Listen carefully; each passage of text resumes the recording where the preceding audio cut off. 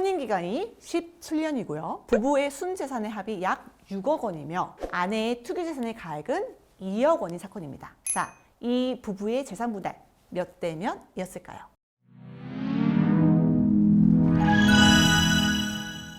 안녕하세요. 재업하는 남편, 이혼 전문 안소연 변호사입니다. 오늘은 구독자분들이 기다리시는 재산분할 몇 대 몇 코너를 준비해봤습니다. 제가 지난 재산분할 몇 대 몇 영상에서는 투기재산이 전체 재산의 90%인 25년간 혼인생활을 한 부부의 기여도가 3대 7로 인정된 사례를 소개해드렸는데요. 투기재산이 전체 재산에서 차지하는 비율이 적은 경우에는 기여도가 달라질까 하는 궁금증이 생기셨을 분들을 위해서 오늘 사례를 가져와 봤습니다.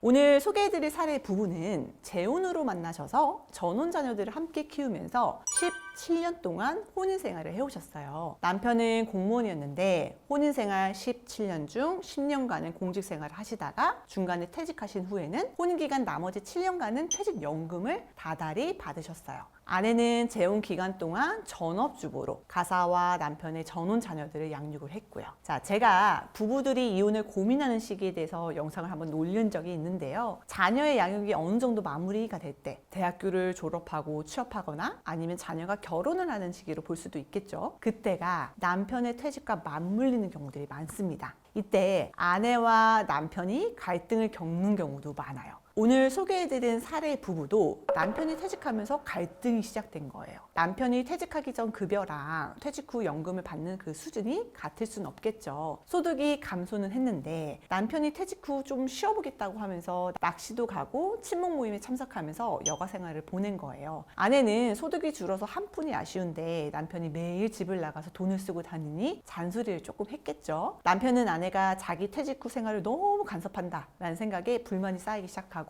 서로 막 자주 다투게 되어 이혼을 결심하게 되었습니다. 이혼 소송이 시작되고 가장 첨예하게 다퉈졌던 건 역시나 재산 분할이었는데요. 재혼 가정이었기 때문에 같이나 기른 자녀가 없어서 양육권도 다툴 게 없죠. 재혼 전에 형성됐던 재산들이 있었기 때문에 이걸 지키려고 이혼 소송에서 엄청나게 서면 공방이 많이 있었습니다. 가장 쟁점이 되었던 건 아내가 재혼 당시부터 가지고 있던 토지와 그 위에 있던 빌라였어요. 아내는 이 부동산의 경우에 전혼 배우자와 이혼하면서 위자료 및 재산 분할 명목으로 받은 투기재산이고 여기에 남편이 기여한 바가 없다. 그렇기 때문에 재산 분할 대상이 아니다 라고 다퉜는데요. 여러분도 아시다시피 혼인생활이 오래되면 부동산을 형성한 데는 기여한 바가 없으나 유지 또는 증식한 데는 기여한 바가 인정이 되잖아요. 그렇기 때문에 법원은 남편이 공무원으로서 재직하면서 소득활동을 했다 라는 사실을 근거로 아내의 특유 재산에 대한 직간접적인 기여를 인정했습니다. 혼인기간이 17년이었던 이 부부 사건에서도 아내의 특유 재산이 재산 분할 대상으로 인정이 되었던 거예요.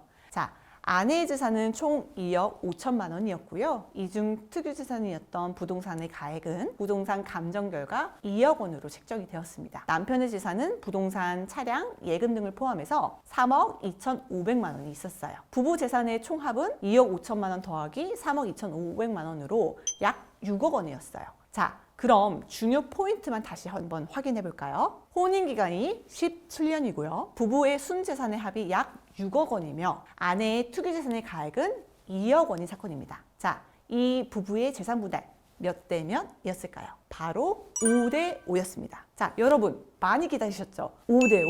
투기재산이 있어도 혼인기간 10년 이상이면 5대 5 아닌가요? 하고 정말 많이들 물어보시거든요. 이 사건이 5대 5입니다. 그런데 이 사건 한 가지 더 기억하셔야 되는 부분이 있어요. 아마 여러분이 생각하시는 건 전업주부여도 혼인기간이 길어지면 남편이 가지고 있던 투기재산의 50% 청구할 수 있겠지 하는 사례인데요. 이 사건 투기재산이 전업주부였던 아내의 소유였다는 점을 잊으시면 안 됩니다. 소득활동을 꾸준히 해왔던 남편에게 아내가 혼인 전부터 가지고 있던 투기재산의 50%를 인정해준 사례인 겁니다.